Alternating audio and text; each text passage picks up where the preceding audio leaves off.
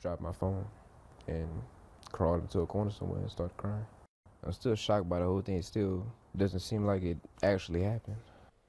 Well, that right there is the brother of the man who murdered 14 people on Bourbon Street on New Year's Day morning.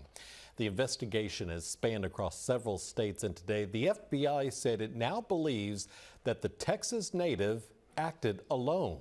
As more information slowly comes to light, misinformation surrounding the attack continues to flood social media. Anna Maynard has more tonight about how these investigations typically work and the impact that social media rumors can have on something like this. Anna? Well, Rusty, Katie, retired Bryan police officer and investigator Donnie Manry told me the way information is released by law enforcement agencies, which is sometimes slow, is to protect the integrity of the investigation.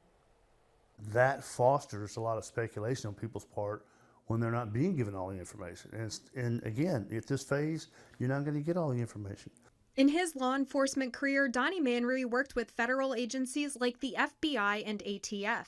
He says the flow of information from large-scale cases like the one in New Orleans depends on factors like safety or possibly jeopardizing the investigation entirely. You'll get the information as they feel it's safe to deliver it.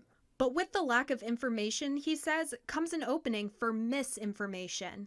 KBTX reported Wednesday that the New Orleans attacker may have had close relatives living in Bryan at some point, but conspiracy theorists on social media took that a step further and claimed there are terrorist cells operating in the Brazos Valley, something that Bryan police quickly shot down.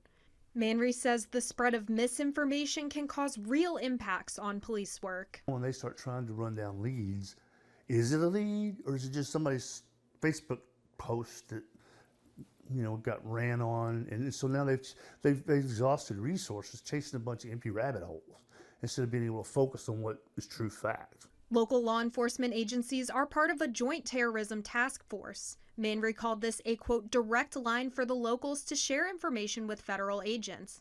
And that information is often protected until it's appropriate to share with the public. And it's going to come out in bits and pieces. There's some of that information that needs to be protected and coveted because if it gets out, it could spoil the investigation.